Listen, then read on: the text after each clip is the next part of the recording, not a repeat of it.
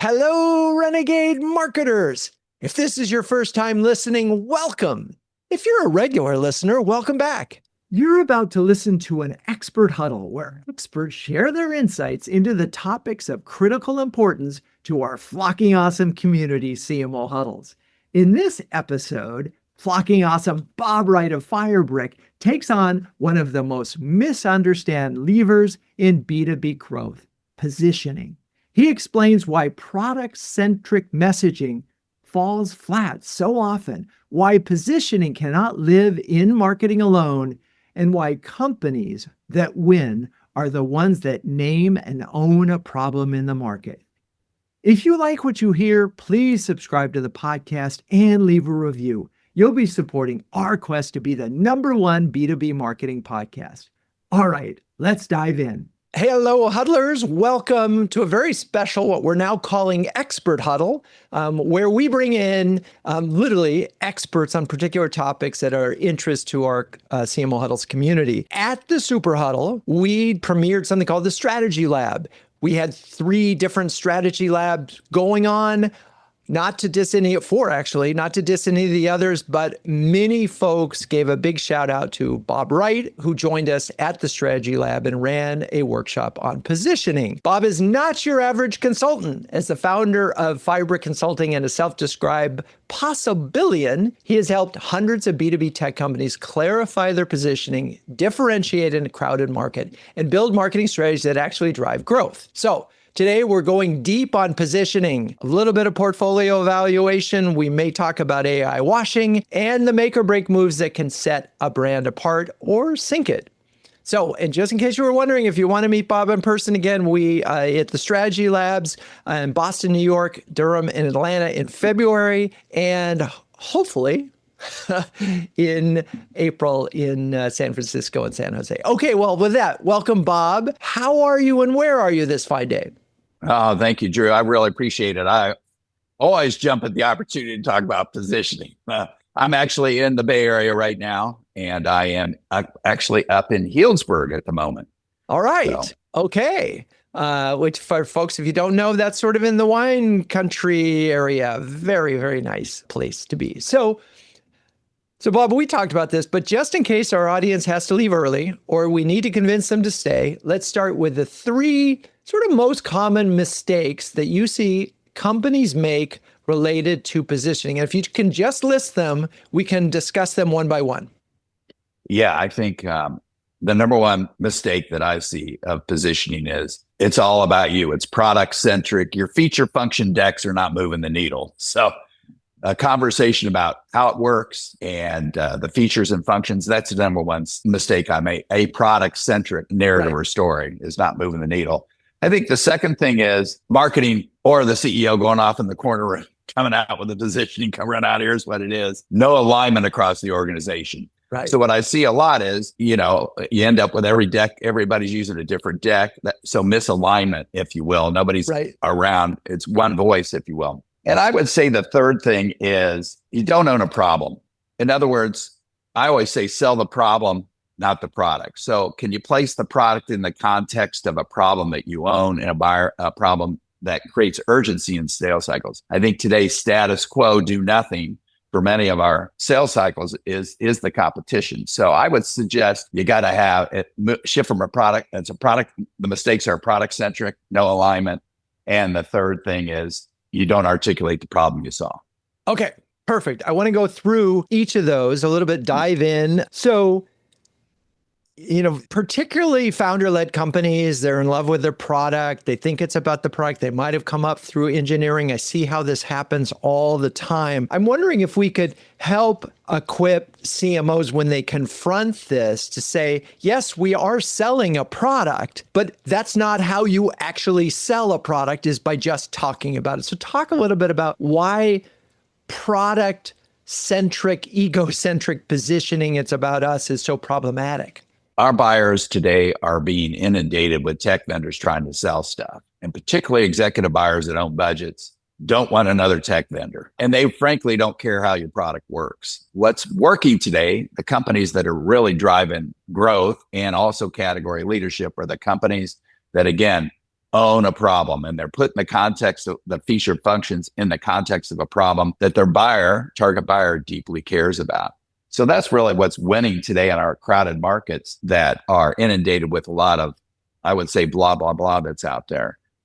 Okay, I got that. All right, so we're going to avoid blah, blah, blah, not talking about a product. And I mean, the irony about whenever you do talk about a product and a feature in the product is it's so easy to replicate, right? You give a competition, well, we got that too. So why are you talking to those folks? Well, that's a great point. You don't want to get into a feature war. Feature function war is death knell for any technology vendor. So I think really what's being called for, the question is, why does your technology matter? Not how it works, but why do you matter? And specifically, the questions that need to be answered are why your product now? Not last year, not 5 years ago, but why now? What's the big problem you solve? Second, how can you uniquely solve it? What are the unique combination of differentiation or strength in your features that allow you to uniquely solve that problem? And then the third thing is, how are you going to make my life better? Can you show me a promised land?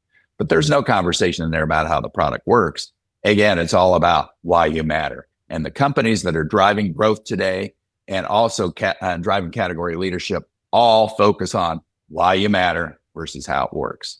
I love the show me the promised land notion. I just had to sort of repeat that just so it's in the record here. I feel like we get to this issue of CEO, sort of, they're connected to the first one. The CEO is ego connected to the product. They might have even written the initial code, who knows? But let's talk about this notion of the CEO creating a positioning and misalignment. I don't think we need to identify the problem. I think everybody listening has had that experience. The question is, how do you equip your customers, CEOs and CMOs, to understand both the problem, and particularly for CMOs, how do they sort of get the CEO off of their, you aren't just, it doesn't matter that you're not the smartest person in the room, you're not a positioning expert. Well, I think it goes down to revenue, right? I mean, what I typically do is, so most of the CEOs, first off, I think positioning has to be a CEO initiative. It has to be sponsored by the CEO. The process is run by marketing. So the CEO has to own this and see this as a significant lever to drive valuation and maximize revenue. Now, sometimes you have founder-led companies that are very technology-oriented and they love their customers. What happens is the initial set of customers you buy, typically they're early adopters, the charter members, if you will, they'll buy on feature functions. But what happens is the market shifts inevitably. And at some point in that shift to your next set of buyers, that positioning no longer works. So part of the conversation is, look, there's been a shift in the marketplace today. We created this category using feature functions. The market's now, all these competitors have swooped in. We have a different buyer type, and we have to shift the way we talk about our company in order for us to accelerate our growth and continue to build and strengthen our category leadership. So one thing I feel like I think we can say with certainty, if you are a CMO who believes that you need to reposition the company and the CEO isn't embracing the initiative, do not move forward. I would never do a positioning project unless the CEO is sitting in the room, because that's a failure. The other thing is you have to have sales bought in. They have to have a seat at the table too. That's why one of the things that's really important for any CMO that is leading a positioning initiative, you make it a company initiative. Positioning is not a marketing initiative. Certainly it'll fuel your marketing investments, but if you do positioning right, it's going to make a huge impact on sales cycles. It's going to improve your win-loss ratio through clear differentiation. It's going to help you command a premium ACV. It's going to set up the expansion motion, and it's going to create urgency to get those medium intent buyers off the dime from status quo. It's also going to help you set product priorities and valuation categories. So what's really the way we've seen positioning work really well is the CMO runs the executive team through a process. So you've got the product team there, the product head, you've got the revenue head, you got the CEO head, even customer service if they're responsible, particularly for expansion, and get them all aligned around a single position, if you will. And that's what I'm seeing is helping companies really drive consistency and force out in the marketplace. I love the power of what you're describing when you get it right, which sort of gets to the third point that you made, which is about owning a problem. I think it would help at this moment to just give real world examples so people can see that what that looks like and sounds like when you own a problem. Yeah, absolutely. So owning a problem is in our crowded markets today, there's so much noise out there, and particularly a lot of noise about AI and our features and all this sort of thing. What's important to wake the market up, right? And distance yourself from all the other noises in the marketplace is have a viewpoint and own a problem. When I say own a problem and name the problem. So it could, for example, I'm working with an HCM customer client right now. We're having a conversation about the combination of these economic restructuring and AI inflection point requires the great workforce reset, right? We've got another client of ours, again, another AI client. There's an AI acceleration gap. You don't have the capabilities in your company to actually become an AI powered business. There's another client we're working where they're solving the margin erosion zone because of the combination of some higher costs that are happening out there in the marketplace, as well as higher capital costs, more uncertainty and geopolitical instability, and structurally higher costs is causing a margin erosion zone for so many companies. So those are examples of business problems, if you will. And what happens is typically companies are feeling it. Your executive buyers are feeling it. They just don't have a name for it. You give a name for it. Oh my God, yeah, we've got the acceleration gap, for Christ's sake. We can't go fast enough, right? What I love about this is such a classic marketing, and it goes back to, the first product I worked at an agency in New York City was Listerine. Listerine invented this notion of halitosis. They created the disease that they cured.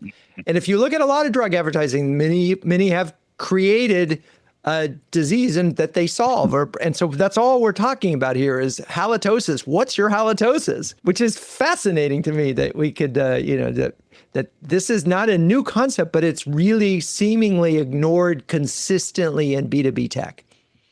I think we're just so, I came out of product marketing, right, in sales. And I remember in product marketing, you spend all your time with, coming out, working with the engineering team and working with the customers. And what's the first thing you want to talk about when the product's ready? The feature and functions you've been working with. That's just totally wrong. Nobody cares. As I mentioned, those feature function decks aren't working anymore. I think what's really working now today is have a viewpoint, own a problem in the marketplace, set the buying criteria up necessary to solve that problem, and show companies a promised land. So those are the things that are really working as far as what I'm seeing, as far as what's driving extraordinary, maximizing growth and valuation today. So I want to go back to one of the things that you said earlier it starts to get into specific challenges that CMOs face. They come to a company and this is a classic one. They had a product-led growth company. They were short sales cycles. People would come to the website, they'd purchase a product, in 3 months, and they then suddenly say, you know what, we've got to move up market. We've got to get to enterprise, but we don't want to lose this other folks over here. So we've got to suddenly take our company which we were really good at this, and now we have to become an enterprise company because we want to continue to grow. That creates a really interesting positioning problem for companies. Yeah, we're very familiar with that. Okay, I'm a successful PLG selling motion. Now, to drive maximized growth, I have to move up to the enterprise. But you don't want to sacrifice the goodness that you've done from the PLG motion. So how do you build a positioning that doesn't torpedo that revenue cash cow if you've got? The issue you've got is in product-led growth, it's all about how it works. You just want somebody to download the thing and try it. When you move to the enterprise, typically your enterprise executive buyer that owns a budget may not even be using the product. You have to shift again to a value proposition. And also, like, for example, we took Calendly to the enterprise, we took Notion to the enterprise, we took Postman to the enterprise, all successful PLG companies. And it's a fundamental shift from how it works to go ahead and download it, try it out, to a new conversation about what problem you're solving, again, at the enterprise. And you typically have to arm your advocates or champions with a conversation they can take to their boss. For example, Calendly. I got 2 or 3 people in my department using Calendly. We want to make an enterprise standard. You have to arm them with a conversation to go to their executive boss, who probably doesn't even use it, about why it's important to standardize and drive expansion across their either department or the entire company. Interesting. And I appreciate those specific examples because I think it makes it easier for folks when they hear, oh yeah, I know Calendly. I use it as an individual, but we don't do it as a company. And that is an interesting challenge. The other part of this is the looking back part. And I'm just curious how, like, you don't want to stop selling the individuals because often in so many cases, it's like lovable success. It was an individual driven thing that now is going enterprise. And so you don't want to kill that, if you will, PLG or those single users, even as you do it. So I'm curious how you do keep, you got the new position. We're going after the problem that we're solving. And what happens with the original product that made you successful? Well, the PLG motion becomes a campaign that's driving specifically that specific selling motion to drive people to try it and sign up, right? But you have to make sure when you do the enterprise positioning, it doesn't torpedo the positioning you have down here at the lower level. But it's to me, it turns into a campaign, if you will, to drive specific revenue, and then you're shifting to an enterprise conversation out there with a larger value proposition. Interesting. I think it's easier said than done, but I get it now. Is you're going to keep fueling over here, keep going, keep doing what you're doing on the campaign basis, but overall the positioning is going to change and it's going to speak to a broader audience. It's like another similar motion. A lot of companies are legacy companies and they make a shift, right? Or they do acquisitions. The question is, you don't want to leave your customers behind. They're going, oh my God, you've gone from a single product company to a multi-product company. I only bought one of your products. Do you care about me? Are you making it as your investment? And what I care about being diluted, you can't leave your customers behind. So a lot of times it's leveraging the goodness and the heritage you've done into the larger conversation, if you will, about where the future is going. And we see the same thing that happens with companies that have a legacy install base. You can't leave these people behind. So you have to build a conversation about why this matters to you. This new value proposition matters to you. So you and I have had some fun conversations about the difference between positioning and branding. This could have been the fourth mistake, right? And it's totally. Even when they they're out to hire a branding, quote, a branding firm, when they really need to think about positioning first, and they end up hiring a creative shop that really doesn't understand what positioning is. What's the damn difference between these two things, and why is it so important? Yeah, I think most marketing folks, marketing executives understand the distinction between branding, positioning, and messaging. I think there's a lot of confusion at the executive level about the difference between the two. I make a very clear distinction between branding and positioning, particularly in our B2B tech world. Brand, and they're both important. Branding is the corporate identity. It's the tone of the communication. It's the experience. The branding experience could last, 5 years, 7 years, a long, long time. Positioning is very different. Positioning is focused on how do I drive a revenue growth? How do I give the reps a sales deck they can use to drive revenue growth? And how do I shape the category in my favor? So it's category shaping and driving sales cycles. It's very different from branding. Messaging is simply a communication of what the products offer. In the B2B world, right, it's the big positioning, small branding. In the B2C world, it's the big branding, small positioning, because we have considered purchases, longer sales cycles. I think they have to sit together. But one of the common mistakes I make is thinking a branding firm is going to give you a strong position. And I see that all the time. And I think they need to sit together. I think positioning actually informs the branding, and I think they need to support each other. But I don't know if any branding company is going to get the sales rep, the first call sales rep, they're actually going to move a revenue needle. So okay, that's my personal opinion. No, it's great. And I have to ask you a question, because one of my favorite, and I don't know if this is a brand, a positioning, a messaging, but over the years, it's a P&G brand, Gain. And I know that their strategic positioning, I guess is the right word, is smell as proof of clean. And they have owned this for 40 years, and they'll show in every ad in one way or another, you'll be sniffing the clothes, and that is the proof of clean. And it's sort of a magical notion and a brilliant insight. It wasn't, does it look clean? Does it smell clean? And they built that brand on it. So is that a positioning? Well, again, that's a B2C product. I think there's a very big distinction between B2C and B2B. B2B is long sales cycles, considered purchases. We got buying groups now that are involved in here. And if there's a lot more risk involved, then I go and pick up, a bottle of Tide and it doesn't work. Right. That's low risk. If I make a decision about my cloud infrastructure and it doesn't work, I'm out of a job. So I feel like in the B2B world, positioning rises to the occasion as a CEO lever as the lever to actually move the needle in these very crowded markets where it's a very, very tight buying climate today. The other thing is, too, we got AI coming down right now. What is every position we do has to have AI. And I feel like we have AI is not differentiation. It's just more noise. And the great AI is watching is above us. Everybody's got to have an AI position out there today, but the great AI watching is upon us. Everybody's sounding the same. So we're like in the old days of cloud when it first started. Well, I got cloud first. I got native cloud, blah, blah, blah, blah, blah. We're in a similar thing. It's just happening quicker and faster. So I just feel like, from my experience, there is a very clear. The other thing about branding and positioning, branding is going to last a lot longer. It's, like I said, your brand and your tagline may last 3, 4, 5, 7 years. Positioning is going to need to shift probably every 12, 18, 24 months because the market keeps changing and shifting. The competitors change, you add new features, the competitive landscape change, your buyers change. So the position actually needs to evolve in a shorter refresh cycle than a brand does. Fascinating. Okay. I am not sure how many executives appreciate the difference between those two. It's certainly clear for me now. I do want to talk about AI washing, but I don't want to do that quite yet because we're going to get there.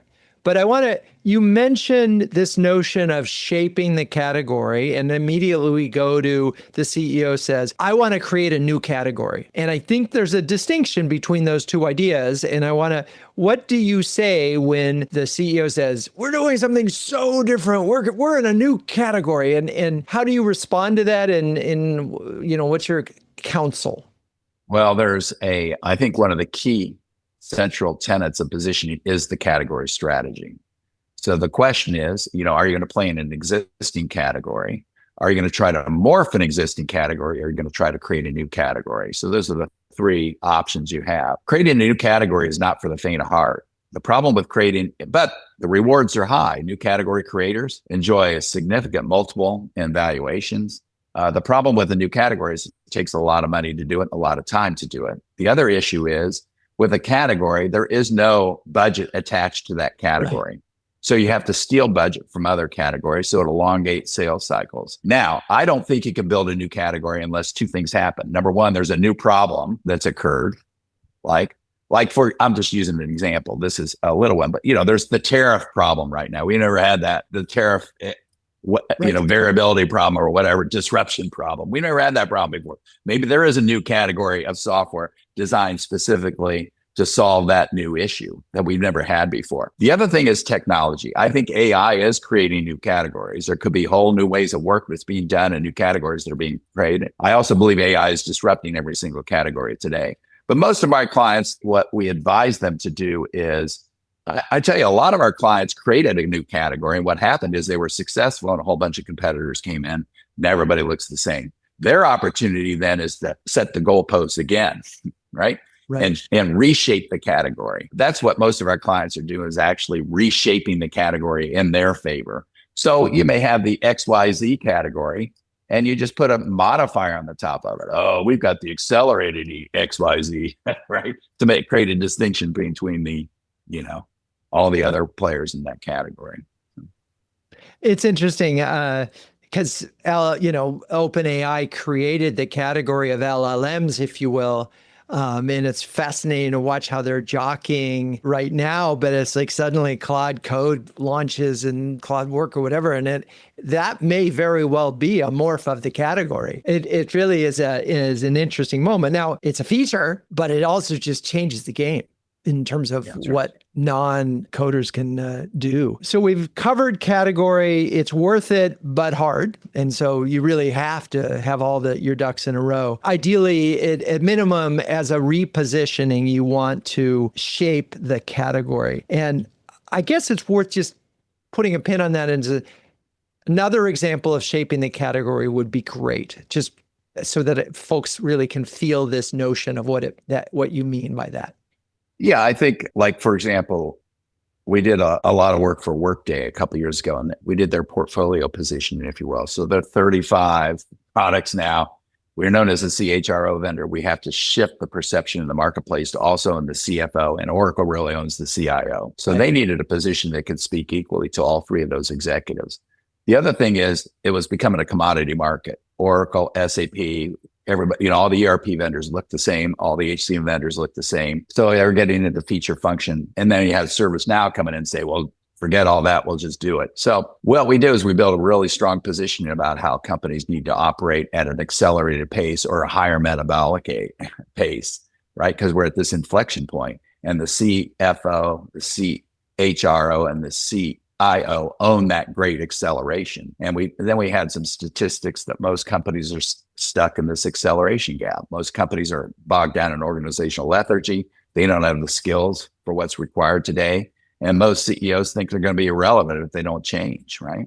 So what's required to close that acceleration gap? We had 7 success principles, something like you got to continuously recalibrate your business by better plan, execute cycles, right? You have to consolidate. You have to, in an era of uncertainty, you have to have more data. So you have to have both financial, operational, and HR data all in one data set. Those sort of things became the success principles. So what we did is we identified the problem. We connected that to a set of buying criteria, success principles to solve that problem. Then we connected that to their differentiation. So now, and we built a case that, the old ERP model of the past won't close that acceleration gap. And while porting that ERP model to the cloud might lower your IT costs, again, it's not going to solve that business problem, which is the acceleration gap.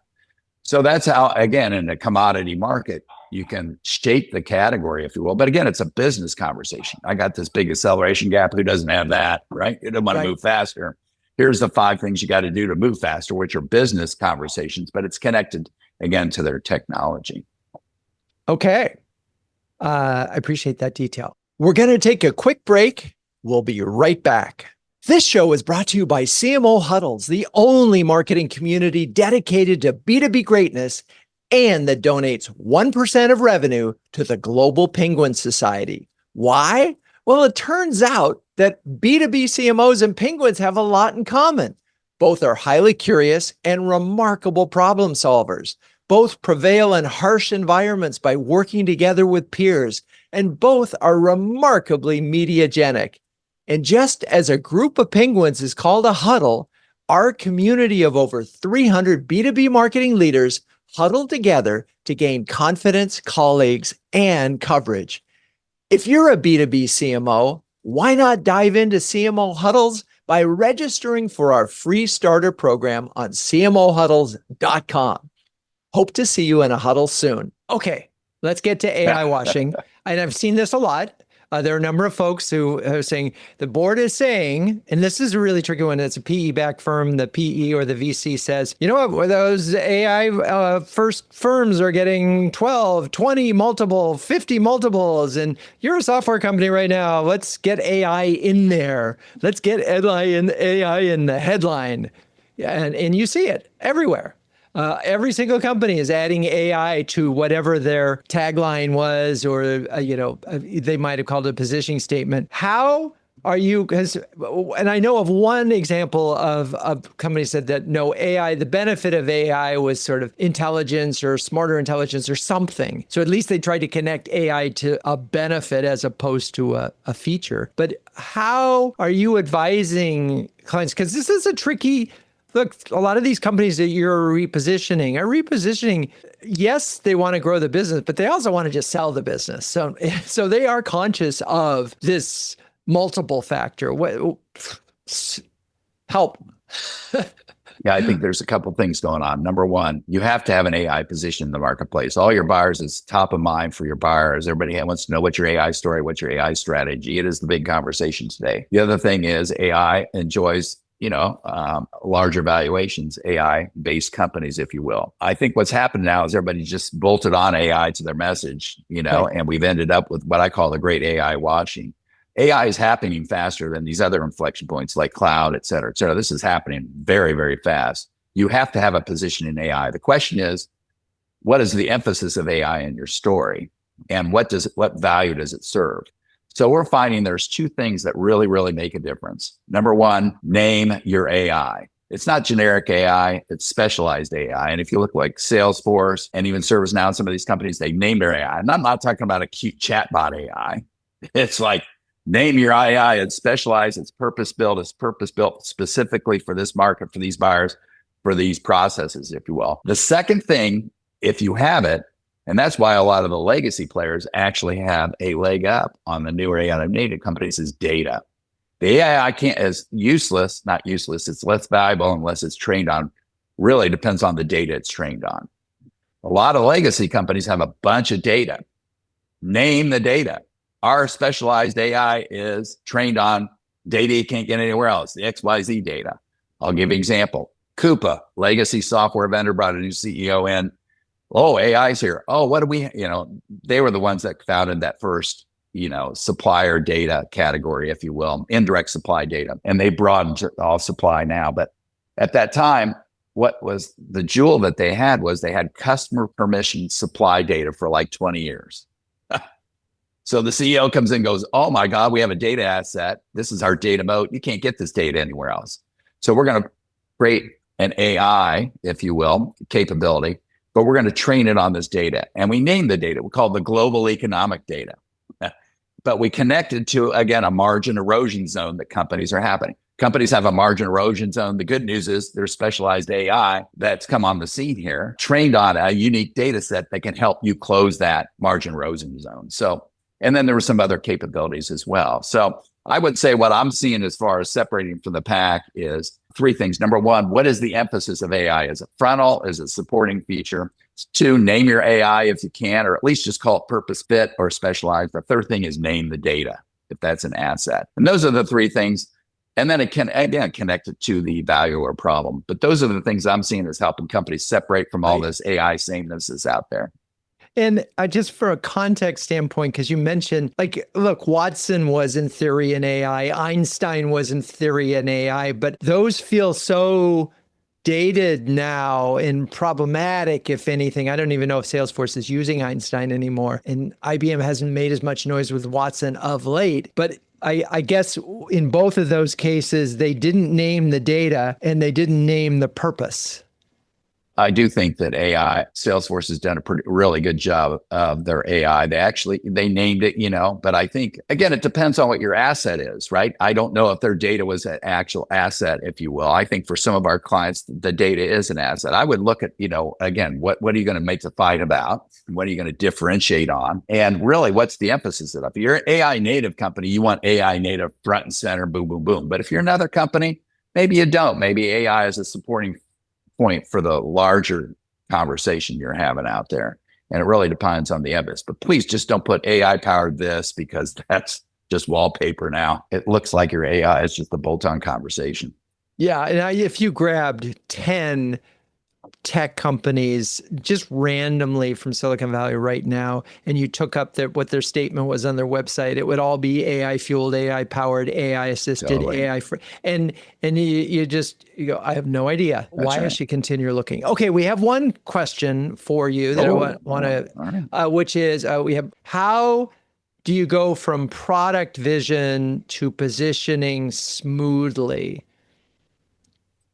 How do you go from product positioning smoothly? I can give you some more detail from the question so you can think about this. Ownership by department, and also the best technique to get that alignment between vision and positioning early. So how do you position when category labels and segments are fluid or ambiguous? We're going through an exercise right now with the head of product and the CEO, founder-led company. Yeah. Interestingly enough, in sort of the HCM ecosystem. So we're workforce analytics solution. You talk about CEO's got to be in the room, but marketing's got to lead. The positioning, I think, is all being built right now around vision, product vision. And that is kind of the kickstart to whatever I would then bring in with position. So I would love to hear, how do you go about making that translation? I got it. Vision, which is us out, versus positioning, which has got to be problem finding. Yeah, I think that I'll try to answer that question. I think first off, workforce analytics, very crowded marketplace. Okay, we're going to disrupt this category, right? The question is, what are you going to differentiate on? What's your secret sauce? What's your product features and capabilities that you think. Get really clear about that. Here's the top 3 things we think we do better than anybody else. It's unique IP. It's our secret sauce. We have a different model, different architecture, different capabilities that you can get anywhere else. So the question is, a lot of times you look inside and say, okay, we're going to make the fight about these 3 features, right? And then getting clear about that. And then the question is, okay, well, what problem do these features solve, right? How can we build a case that you need these features or you will go out of business? So what problem do these features solve? What executive level features do these problems solve? And name and articulate that problem. Now, the question, sometimes what happens when you're an early company is all these capabilities aren't available yet, or they're in their nascent form. Take companies on a journey. And I always take companies on a journey. You can start introducing some of the features you have that you're coming out with, but still manage proper expectations. We got the great workforce reset, right? That requires a new set of workforce analytic capabilities, right? We're going to take you on a journey. First thing on that journey is you just got to get the data right? So that's the first thing we're going to do. And next stage, you're going to do this. Third stage, we're going to do this. Fourth stage, you have to do this. By the time they get to the 4th stage, you'll have that capability already available. It could be something you're coming out with next year, but it allows you to introduce those capabilities. But again, put it in the context of the problem you're solving and get clients on a journey and say, look, make an investment in this platform. Every investment you make in it's going to be a leveraged investment to this vision and this future to solve today's big, hairy problem. Is that helpful? It's definitely helpful. I also want a pro tip from you on, how would you go about evaluating, and maybe you do this for your clients, whether you're owning the problem or your competition's owning the problem? Because sometimes it can get ambiguous for the client. Yeah, what I do is I always say, that's a really great question. So the question is, can you own a room? How do you own a corner of the room in the category? The problem is in our categories, they're very crowded. And the issue is if your target buyer walks into the category, say the room you're sitting in, and you and all your competitors are sitting in the middle and you look the same, bad place to be, unless you're a ServiceNow or Salesforce or one of these guys, right? What they want is they want everything to look the same. So their positioning strategy is anytime a new competitor enters the category, say, oh, we're going to have that in 18 months because they want everything to look the same. Because in the absence of any clear differentiation, what's the buyer going to do? Either they'll make no decision or they'll go with a brand name company. It's a bad place to be for most companies. So really what you want to do is you want to have you want to own a very distinct corner of the room. So for example, maybe you own the velocity corner of the room, right? You say, look, all those other competitors, great competitors, that competitor XYZ, oh, they're a legacy competitor. They're built for another time. Competitor EFG, they're a good company. They sit over there. They're for a completely different kind of buyer, right? And my other third competitor, they solve a completely different problem. But you, Mr. and Ms. Buyer, your big issue is, I don't know, I'm just making this up, as velocity. We sit over here and we have unique capabilities, right, for you to own velocity. So that's what I feel is really important in this position is what's the corner of the room you can own? What's the respective corners your competition's trying to own, right? And can you box them into smaller corners of the room and own a very clear, distinct corner of the room in the minds of your buyers? Charles Groom, CMO was insightful. Thank you very much. Let's move to a big challenge that often happens after mergers, but there's you went from a single product story to a broader portfolio one. Let's talk about portfolio level positioning and what that means and how do you get through that? That is a number one topic in our industry today. There's 2 clients that are coming to us, AI native clients, and the other ones that have product portfolio. Inevitably, in your journey as a tech company, you'll shift from a single product to a multi-product company. A lot of companies now are growing through acquisitions, so they end up with 4 or 5 or 6 products, and they end up as a house of brands a lot of times, right? So typically they'll have the brand, and then they'll have very good single product positioning. But what's missing is that portfolio positioning. What's the 1 + 1 = 3? And how you know you've got a problem that you don't have portfolio positioning is smaller competitors are eating your single product, killing they're competing really strongly and you're losing deals to these fast moving competitors and some of your single product deals. There's no expansion between your products, no expansion motion, if you will, or revenue, or it's really, really difficult to do. So portfolio position is really, really a key lever if you're a portfolio, if you have a house of brands or multiple products. You need to answer what's the 1 + 1 = 3? What's the commonalities between these? Why did we buy all these companies? Why do we put together? What's the value to a customer to do it? And And that needs to connect to the brand, but also set the context for the individual product position. It's so interesting as I think about this, where my mind went to was, okay, so I'm a big company. I've just acquired another one. I have to deal with a portfolio. I have to deal with the integration. If I was a single solution competing with this now bigger product who has, 18 months worth of integration, I'd be going after them. Maybe think about repositioning a little bit like, look what's going to happen to them. I wonder, is that a thing that companies have come to you Always. And said, talk about that? Yeah, well, for example, we did the position for Cisco Secure. 17 companies coming together. When you walk to them, oh, I'm a Duo person, I'm a Kenna person. Nobody's a Cisco Secure person, right? And they had single product motions competing against single products. They didn't leverage the power of this combined portfolio, if you will. So what was being called for is the portfolio conversation about the big problem they saw across the portfolio. Now that might show up in Zero Trust, that might show up in some of these other, single products, if you will, but it actually helps differentiate those single product selling motions. And also the larger conversation actually helps you get up to more of an executive level conversation, because we have a portfolio of products designed to solve this executive level problem. You can start multiple places, if you will, but every investment you make into our platform, there's other use cases that you can also leverage. Yeah, I was actually thinking about the little guy, not the big guy. I'm just thinking about all of Cisco's competitors and for Cisco Secure. And like they could just go to town positioning their we're really good at this one thing. And yeah, you may want to, but like, component versus composite, we're going to win on looking at this little thing. So it's an interesting, I get it for the big guy, but I also think if you're a smaller player, there's opportunity that these acquisitions create for you. Yeah, and if you're a smaller player, you got to build a case why you would not go with good enough is okay, which is a portfolio. Why is this so important? This product and the problem it solves so important. You have to go with a specialized, modern solution. So, in a trigger that we have never talked about, or I haven't really thought about so your largest competitor suddenly buys somebody else. That could be a trigger moment to rethink your positioning and say, we have 18 months to either really disrupt these guys, because it's going to take that long for the 1 + 1 = 3, right? You can talk about this bigger portfolio problem, but the truth is that company isn't going to be delivering it tomorrow. Well, one of our clients, Informatica, was bought by a huge valuation.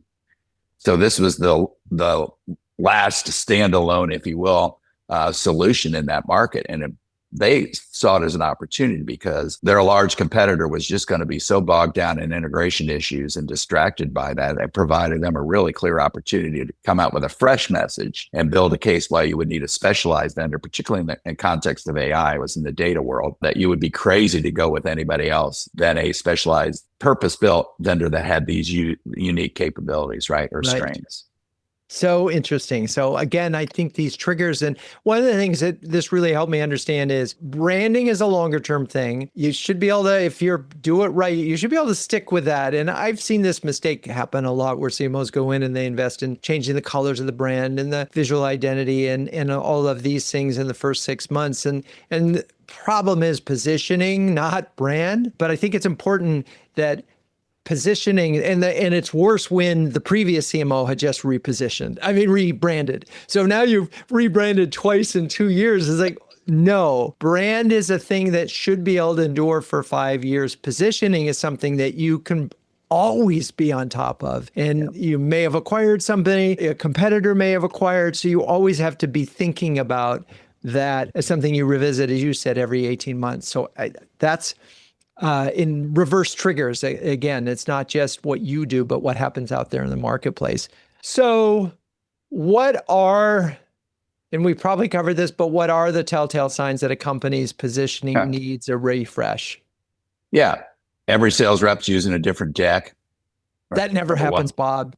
You put your logo on your website. You take your logo and put it on your competitor's website. Everybody looks the same. I would say long sales cycles or no decisions, right? Your win-loss ratio is horrible. You're getting your butt kicked by a particular competitor. And I think the other one that's happening now is this AI washing. We don't have a strong AI strategy / AI positioning because our market and buyers are demanding that we have that. The other thing is I see a lot of times it is acquisitions, right? And what happens when you do acquisitions is everybody's bemoaning the past. Oh, it was great when we were. If you do position, it can get people involved and invested in a shared future and get them all aligned on a shared vision and future and get them off of bemoaning the past, but focused on creating a future. So acquisitions a lot of times is also a trigger event. And the last one is a new competitor comes into your marketplace. Interesting. I'm wondering, is it in one of the places where acquisitions often fail is that there's a poor integration culturally between the two companies and they were connected and felt really good about the last one. How much of in positioning, we never talk about the word culture, where in brand, we talk about culture a lot. How in the positioning exercise, because it won't stick, right? The positioning won't stick if the cultures don't come together as well to buy in on it, right? Mm-hmm. I'm curious how that fits into your work. First off, if you do positioning really, really well, it can be a motivator for your employees. Like we're working with a company right now, they just had a riff and they say, man, we need to get our people motivated again. You come up with a really good story. It's like, oh, wow, that's why we're doing this. That's why I spend all my time at work. It's a larger mission. What's the larger conversation and purpose, if you will, for this? Sometimes what we do in our position, we actually create a thing called a manifesto or our beliefs. And we may take some of the best of the two cultures, right, and put them in here. And it could be things, we create fans, not users. We sell outcomes, not software. It's we have a belief about this market that, the old 15-year-old software is not going to, whatever that is, right? Right. But it could be a set of beliefs, if you will, and a manifesto that you may not even show your customers, but it really gives some juice to the combined culture or the culture or what the company's about. And again, I find the positioning has also not only an impact in sales cycles and category, but also for employees as well. It can be a really, really strong motivator and get people excited again. So I do want to encourage anybody who is coming to our strategy lab in Boston, New York, Durham, and Atlanta, definitely bring your position because we'll be workshopping those with Bob. Yeah. And that will be a fun thing. And Bob has given you the criteria for what a good positioning looks like. And we'll come back to you with some more notes on that based on our conversation. I have to ask you one other real quick question because drinking your own champagne is something that's important to all of us. How is Firebrick positioned? Well, we're the world's worst marketing organization. How we position ourselves is very, very specialized. We do one thing and one thing only. All we are is for B2B tech. And specifically, our core competency is positioning. We position well over 400 B2B tech companies. We have a process that is the institutionalized knowledge of us working in this narrow expertise over and over again. That's how we position ourselves. And we just have I feel like it's a craft, If you're a CMO, you might do positioning once a year, maybe twice a year. You only do a positioning a handful of times in a career. We've done it 400 times. So... Yep. Like I said, the only thing I can talk about is positioning, so don't ask me about anything else. All right. Well, I won't. Firebrick or Firebrand? It's Firebrick. Not Firebrand. Come on, Alan. No brand. I know. He's trying to be clever there, but it's okay. All right. So I feel like this has been a masterclass. I really appreciate this. It's funny, I've been in this business a long time, and I admit to occasionally confusing the difference between these things. So I'm sure that others share that. So I think we have some more clarity. For folks listening who want to dig in deeper, first of all, what's the easiest way to connect with you? Oh, it's Bob at firebk.com. Firebk.com. All right. Firebk.com. Okay. One last question, and it's okay to repeat yourself if you need to. If you could give one piece of positioning advice to every B2B CMO, what would it be? It's just going to be a longer answer than you wanted. Then I'll get to it. I think right now is such an exciting time for us to be in the B2B tech industry. We have AI that's coming that's going to create and disrupt every organization. At the same time, we've got a complete economic restructuring that's happening where companies have to now operate in a world of uncertainty and navigate disruption they've never had before. The old steady state process world is gone. Both those provide an opening for B2B tech companies. I know we're in a tight buying climate right now, but those two market forces are going to drive significant investment in B2B technology that we can all enjoy that uplift. I would say the number one, I keep repeating myself, sell the problem, not the product. Executive buyers do not care about how your product works, and they don't want any more technology. So sell the problem, not the product. Awesome. All right, Bob, thank you so much for joining us. And for members of the CMO Huddles community, we will be doing this again. Join us on the road. Go to cmohuddles.com and you can find more about the Strategy Labs. If you're a B2B CMO and you want to hear more conversations like this one, find out if you qualify to join our community of sharing, caring, and daring CMOs at cmohuddles.com. Renegade Marketers Unite is written and directed by Drew Neiser. Hey, that's me. This show is produced by Melissa Caffrey, Laura Parkin, and Ishar Cuevas. The music is by the amazing Burns Twins, and the intro voiceover is Linda Cornelius. To find the transcripts of all episodes, suggest future guests, and learn more about CMO Huddles or my CMO coaching service, please visit renegademarketing.com. I'm your host, Drew Neiser. Until next time, keep those renegade marketing caps on and strong.